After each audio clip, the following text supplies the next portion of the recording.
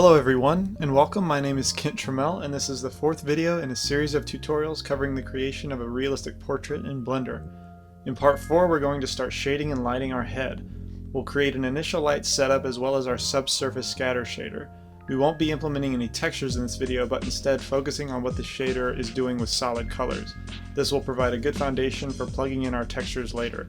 Also, this is our first real-time video in the series. Okay, so I'm gonna get started where we left off. We've just got our head here with all this sculpted detail. We've also painted our textures, but that's not applied at the moment. We won't need that for this tutorial. So let's start by getting our lights set up. This will mainly be a testing kind of light rig, just to test the shader, what the subsurface is doing, not high samples or anything. See, I'm going to rename these eyes. Let's get them named properly.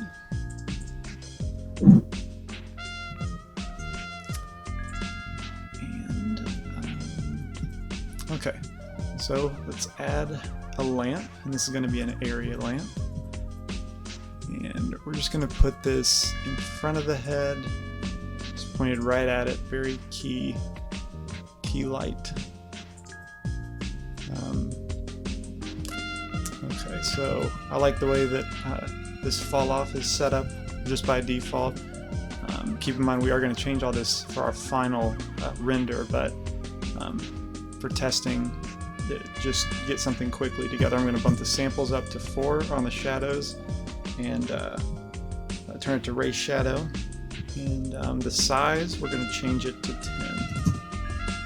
And also we need to add a camera, so we have something to render from. Hit 0 to go into the camera, and we're going to lock it to the view. And also I'm going to change the render settings to render 1200 by 1080. And I'm going to change the lens, let's see, the focal length, to let's change it to 60 for now. And line it up in the middle, just to give us a good preview. And so then I'm going to turn off lock to camera view. And at 50% of the render resolution, I'm going to first add a shader, a blank shader.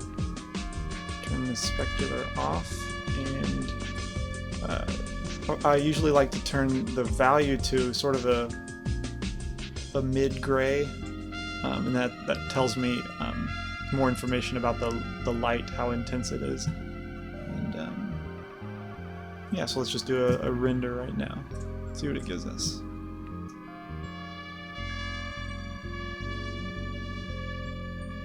Actually, I'm sorry, I'm gonna quit that and select my head, because in the multi-res modifier I have my render setting up to 5. And this is what we'll do for our final render. We'll have it at its highest level, but for testing we don't need to do that. It takes significantly longer for the ray tree to build, so I'm going to change that to 3 for testing purposes, and then you'll see it render in a couple seconds. So yeah, 3 seconds. So okay, that's honestly, I'm going to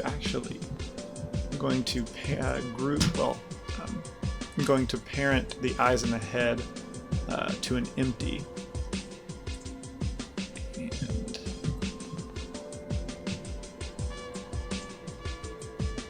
do that. Okay. Control P to object. This is going to be called, I'm just going to call it head group. And I'm going to rotate that in Z, give us one of these angles, and render it again. Okay, I think this is going to be a good angle to test from. And yeah, the intensity on the light looks pretty good. The shadows are fuzzy, but that's okay. Honestly, with subsurface shading, some of the fuzziness is actually taken away, and you can get away with lower samples, which is kind of a plus since it's more intense shader type. Okay, so the light's kind of set up decent for testing, and now I'm going to add, first, before I go into the 3-layer setup, I'm going to just run through just a single layer setup, the default subsurface method for Blender's shaders materials. So with the material we've created, I'm going to call this SSS single layer, and I'm going to change the diffuse color to sort of a skinish, a pale skin color. Let's see, yeah, something like that. That's fine. And so with SSS presets, it will check on subsurface scattering, and then usually I'll go straight to skim milk and see what that renders like. Let's just do that real quick.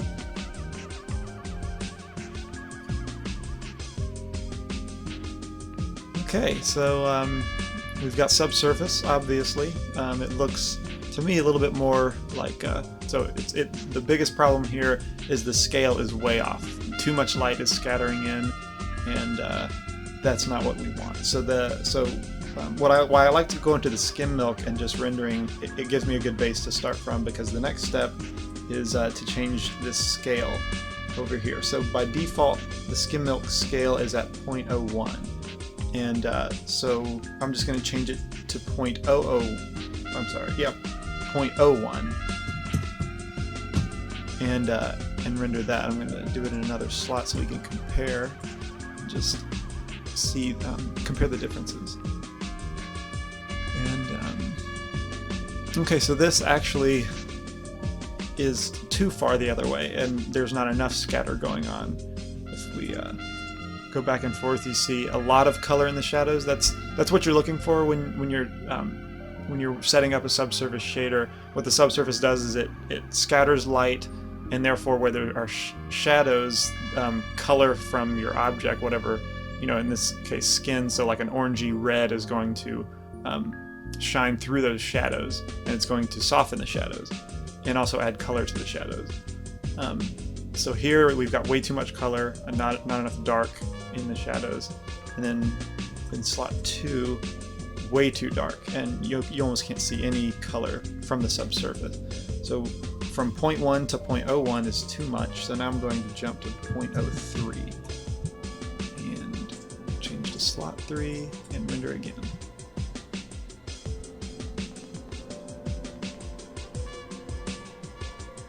Okay, so this is actually pretty good. This is we can see on the edge of the shadow. Well, for generally in the shadow, it's a lighter color compared to 2, where it's almost solid black, and 3, we've got more color poking through. And specifically on the outer edges of the shadow areas, there's more color. It's more saturated, and that's what we want. We want sort of a level like this. So I'm going to leave the scale at 0.03. That seems fine to me. And go on to the next setting, which is scatter color. It's the little RGB selector underneath scale, and I'm going to leave this at almost white. It's by default the value is about 0.9. So I'm going to leave it there. And I typically keep it on a grayscale value. I usually don't change it because, just for example, if I change it to a skin color, like that would be the temptation, or like a red would make sense to me, and then I do a render. I'll show you why I leave it at a grayscale value. You'll start to see a lot of funky colors going on. And so here you can see all my shadows are a very green color. So that's a little weird. I usually leave it black and white, a grayscale value, and that's a way to make it more intense or less intense of a scatter effect. So I'm just going to leave it at, turn the saturation off and put the value back at 0.9 and leave it there for now. And so next, the RGB radius, and this is, as far as I know, unique to Blender as a method for controlling the radius, the scatter radius of the light. So it's the first value is obviously R, second value is G for green, and the third value is B for blue. And so for skin, you have more of an orangey red scatter radius, I guess. And so we'll want the top value to be greater than the value below that, and the green value to be even greater than the blue value. And so for this, I'm just going to change it to 18, 8, and 4. And let's render that.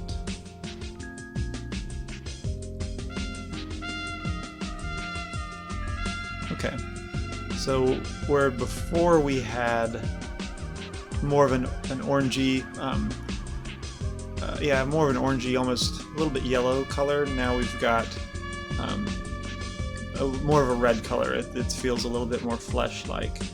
And let's see, so some other settings, we've got the blend options over here, and this is where you can blend the diffuse color or the diffuse texture. So for now I'm going to leave it, for testing, I'm going to leave it at color at 1 and texture at 0 for when there aren't any textures. But later I'm going to turn the color to 0 and turn the texture up once we have the textures plugged in. Okay, so and the scattering weight, once we break up the shader into different layers, I'm going to mess with the scatter weights. But for this, I'm going to, for the single layer method, I'm going to leave both at 1. And the error percentage, error tolerance rather, I rarely change it. Honestly, I've never changed it.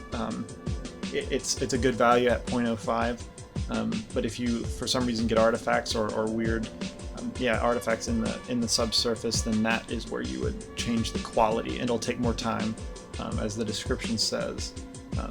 Lower values are slower, but they are higher quality.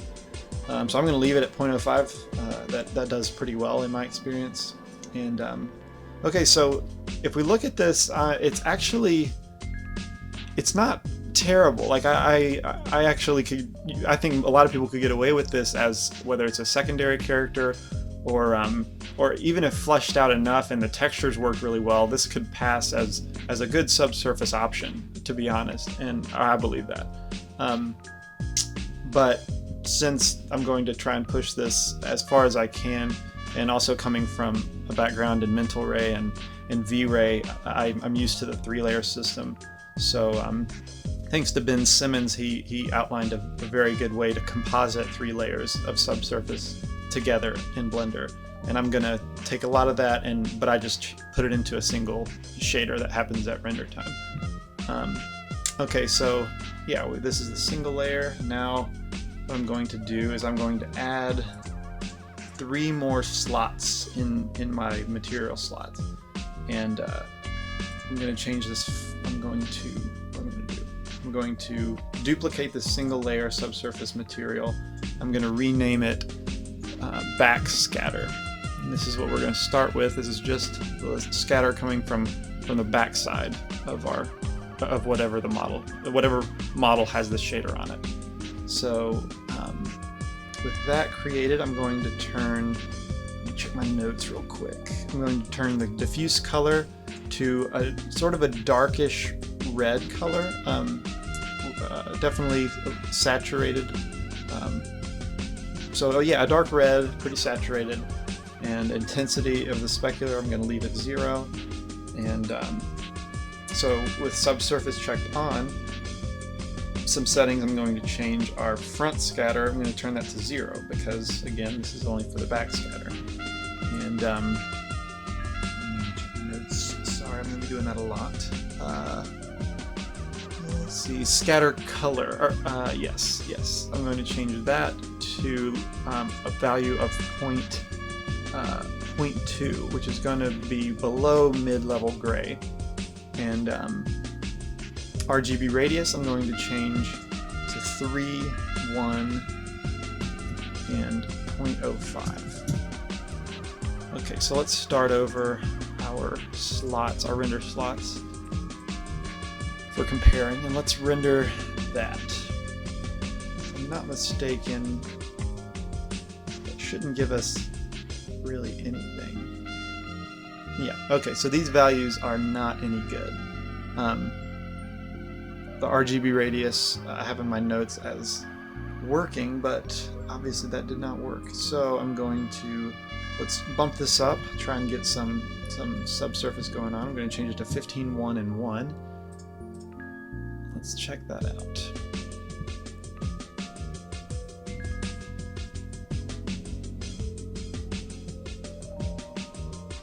Oh, of course, that's the problem. There are no lights shining on the back of this model, so there is essentially no backscatter happening. So let's fix that business, and let's duplicate this area light. First, let's name it. I'm going to call it light key. I'm going to duplicate it with the cursor as my pivot point. I'm going to rotate in Z around the head, and I am actually going to change the head group back to 0. Let's rotation back to 0. I'm going to rotate this down a little bit, and we're going to make the size of this fill light. I'm call it light fill. And this fill light is going to be a size of 30. And let's just rotate that a little bit more to the back of the head. Yeah, something like that. And let's do a render, and since I'm changing lights, we don't need this backscatter working right now, so I'm going to get rid of it, add a new blank material just to give us an idea of the lights. So let's render that image, and okay, and that's fine. That should give us some backscatter to test and play with. And, I might bump it. Well, let me turn the spec off. Sorry, I'm a little scatterbrained as I'm doing this real time. I'm going to change the energy to 2. I'd like a little bit of a little rim effect. Yeah, that's feeling better. I think that's pretty good. So I'm going to duplicate that light, rotate in Z with cursor as the pivot to almost directly behind the head, a little bit off to the side. But this is going to be heavily our rim light. It's going to be focused a lot on the rim. So I'm going to change this size to 80. That's pretty big. We're going to bump up the energy to 5. I really want this to give me a nice rim effect. So that's not doing it there. Let's rotate a little bit more. Render it again.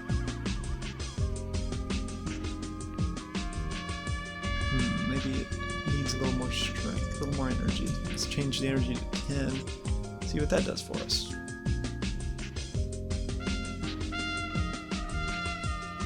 Okay, a little bit more of a rim effect. Specular will, or not specular, reflection will help with that later. Of course, this is, again, just for testing, so I'm going to say that that's fine. That'll give us plenty of backscattering light. And, yeah, so now with the head rotated towards us, I'm going to plug back in the backscatter material. And let's render it with the backscatter on. Now we should see some backscattering happening. A lot in the ears, particularly. Okay, so that's actually kind of what I'm looking for. Mainly black, because the way these layers are going to be blended together, it's going to be a screen. So, areas of the head that aren't black will screen on top. And so that's what we want. Black areas won't show up. So, or won't affect the layers below it. So that's good. That's what we're looking for. Just, we're going to see that red in the ear and along the rim of the head, but that won't show up as much as the ear will. So that's pretty good. Now this is just basically what you want to look for. We're going to have to go back in and tweak these significantly once we combine all the layers together. But this is sort of the backscatter effect that we want for now. And Yeah, so now I can move on to, well, I'm going to store that down here in the slots, backscatter. And then I'm going to duplicate that one. Duplicate that one. We're going to call this subdermal. Okay, so this is going to be sort of the fatty layer of your flesh, I guess. And that's going to be more of an orangey, yellow kind of color. So let's move the color up, get a little more value. And yeah, so an orange kind of like that we'll start with. And here we're going to turn the front scatter weight to 1 and the back scatter weight to 0 because we don't want any back scatter. We've got that covered in the backscatter material. Okay, let's see.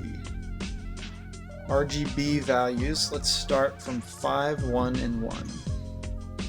Let's do a render.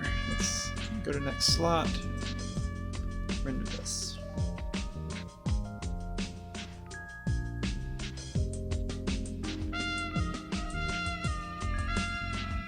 Okay, so we're definitely seeing the scatter effect, and that's pretty saturated. A big problem that I see initially is in these shadows, the color is so saturated and so bright that it almost feels like it's glowing. And we even have some green going on in the eyelids up here. And that's a little too much. When we combine that, all the layers together, the shadows will feel like they're glowing instead of just having light soften them. So that's not any good. And well, let's change the RGB radius to 3, 2, 3, 2, and 2. Let's try that again.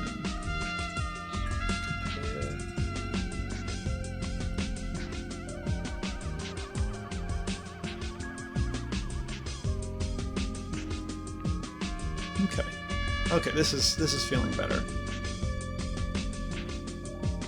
Yeah, this is better. We still have a little bit of color in the shadows. Perhaps we can add a little bit more, but for now that's going to be good. That's scattering. It's got the yellow color, so that's pretty good for a base subdermal layer material. So let's call that finish from now. Store it down here. Subdermal. Let's duplicate that again. And this is going to be our final layer, the epidermal. Alright. Let's change this color actually to almost gray with a little bit of purple in it. That's going to be, yeah, that's going to be pretty cool. Yeah, actually, because the way you get this peach flesh tone color is all of them combined. So you've got the dark red of your muscles, I guess, and then your fatty layer of orangish yellow, and then the topmost layer, the epidermal layer, is actually kind of a dead color. It's very desaturated, a little bit of purple, and those combined should give us a nice peachy flesh tone. So let's leave that at purple. Let's change the scatter radius. Let's start with 2, 1, and 1. And again, front weight at 1, back weight at 0. Let's change to 4. Render image.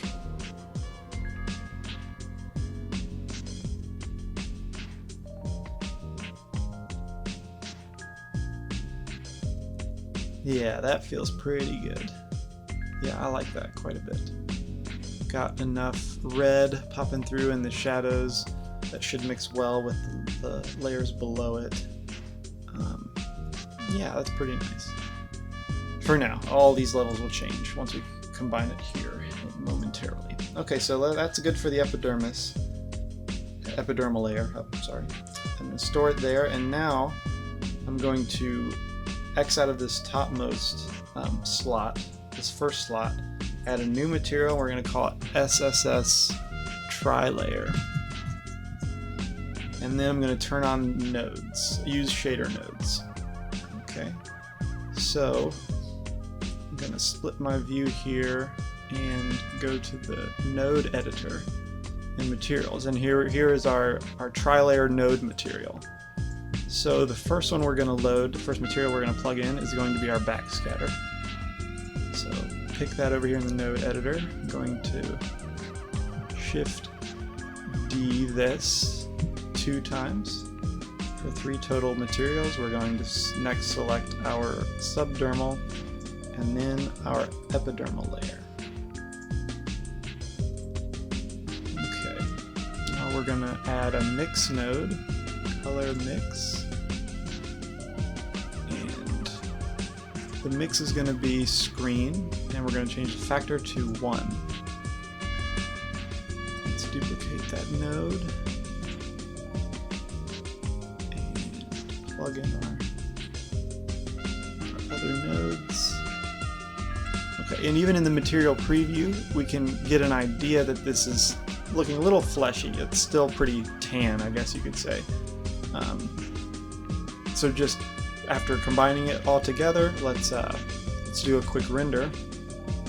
And well, quick render. It's still going to be relatively quick, but you're essentially tripling the render time now because it has to calculate 3 separate subsurface materials and combine them and render them all at one time. So this is kind of where I guess you could separate the perfectionists from the impatient, and it depends on what this would be used for. If this is a background character, I would suggest that you use the single layer default subsurface features in Blender's material and not worry about setting up the 3-layer system, because you can get a good result from it. But for me, I'm going to go the perfectionist route in this tutorial and try and explain as detailed as I can with this shader. So with this first one, this first initial render, it looks okay. He's starting to look a little bit like Sculpey, if you ever use clay or ever have sculpted with clay. So that's it's a little bit fleshy. Let's see. Let me just look at it for a second, see what's kind of bumping me about it. Initially, it looks like the backscatter is a little too red. It's not orange enough. So I'm going to change. Let's go into the backscatter material, and by clicking on it in the node editor, its options will show up here in the properties panel. And I'm going to change the RGB radius to 5 or 15, 10, and 1. So let's render that now. Change the slot, and this should give us a more realistic orangey tone to our backscatter.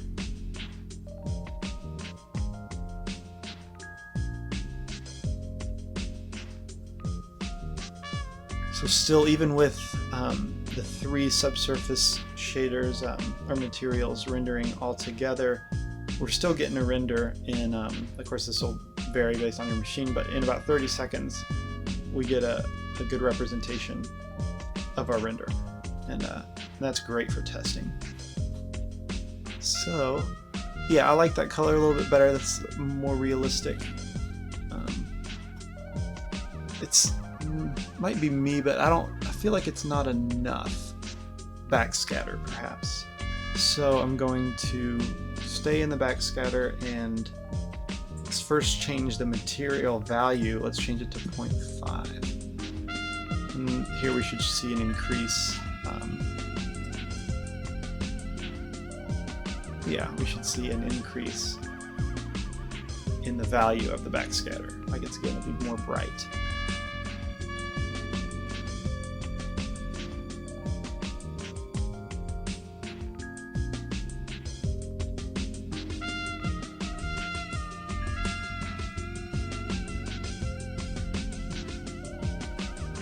Yeah, so that's that scatter color is a good way to control how bright each subsurface material is, and that's actually a little too bright, perhaps.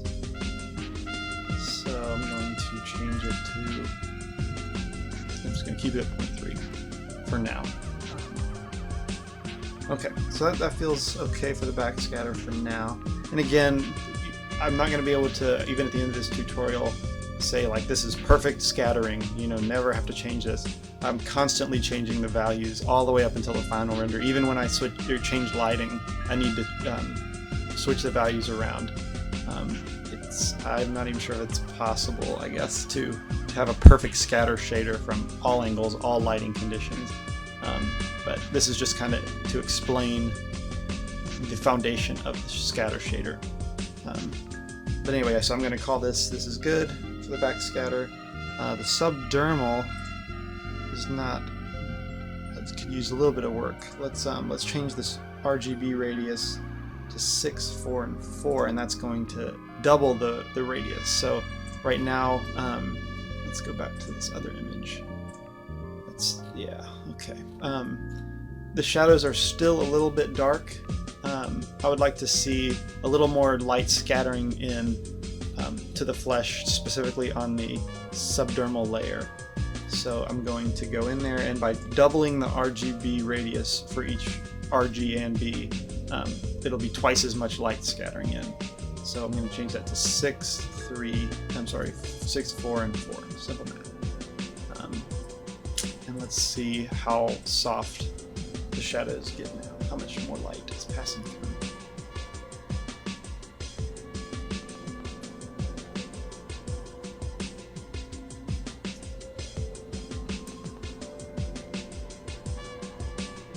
That's feeling pretty good initially.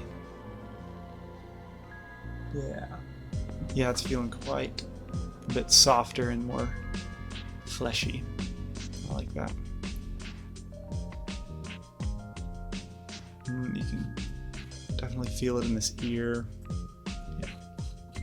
Yeah, I'm a fan of that change. So let's compare. Excuse me. So you can see how dark the shadows are, not as much light passing through, and then doubling the subdermal layer just softens it up really, really nice. Yeah, that's feeling pretty good. Yeah, fantastic. You'll probably notice that I'm leaving spec off this whole time. I tend to do that because I don't actually use the spec channel. I use just reflections and use that as my spec. So you'll see, you might think that the detail's washed out and like, where are my pores? For one thing, we're on a lower render level, but even to finish off this tutorial, I'll bump it up to 5 so you can see the full detail. But even then, you're not seeing as much detail as you would expect, and that's because the subsurface is washing some of those details out. But later, when I add spec in compositing, you'll see all the details, all the wonderful bumps and pores start to pop out, and that combined with this washed out detail from the subsurface is what gives you your final skin quality. So I guess I look forward to that moment. You're not going to see it here, but just and be anticipating that, because it's going to be an exciting moment when they're combined. Anyway, I'm getting excited. So yeah, I'm good. That's pretty good. I'm okay with this shader. It's got a nice skin tone already, even without a texture. It really reminds me of Sculpey at the moment. That this will be great as a foundation because I can, plug in the textures and using these colors that I've used in my shaders as a base. Like I can take this exact diffuse RGB value, and then when I create my my textures, I can use that value to govern the general saturation and level of my texture. And then when you plug them all back in, you should have all the same values in your scatter, but with that textured detail and different tonal changes that will just finish it off and make it look very skin-like and realistic. Hopefully that's the plan. Okay, so I'm going to do one final render with the backlights turned off. So fill, and I need to rename that to light back. No, light rim. And let's turn that off and rotate this head group a little bit like that. let's do a render. Let's see what that gives us. I think this kind of angle, one key light from a certain angle, out in this case the front, showing down can really give you a lot of information on what your scattering is doing. And yeah, I like that. Yeah, I like that quite a bit. Especially in this ear, it feels very, very fleshy. And yeah, I mean, that feels pretty nice. So yeah, I mean, well, I'm a little surprised it turned out. I'm happy at this point. I thought I would run into more mistakes, but cool. So I guess to end this tutorial, I'm going to bump up my multi-resolution render levels to 5, and then change the resolution to 100, and I'm going to render this. So I couldn't help myself. I went ahead and turned on the specular. The excitement was too much, and just with that spec on there, it kind of finishes off the subsurface effect a little bit, and this is just a preview of what our final spec will look like, which will actually be reflections. But so this will kind of end the tutorial. This leaves us with a foundation for us to plug in our textures in the next tutorial, and hopefully keeping all the RGB values consistent in the textures as they are in the shaders now. Should give us a pretty decent result after the next tutorial, with the head at least. And then we'll start to add accessories like his clothes and hair. And anyway, I hope this was helpful, and thank you for watching.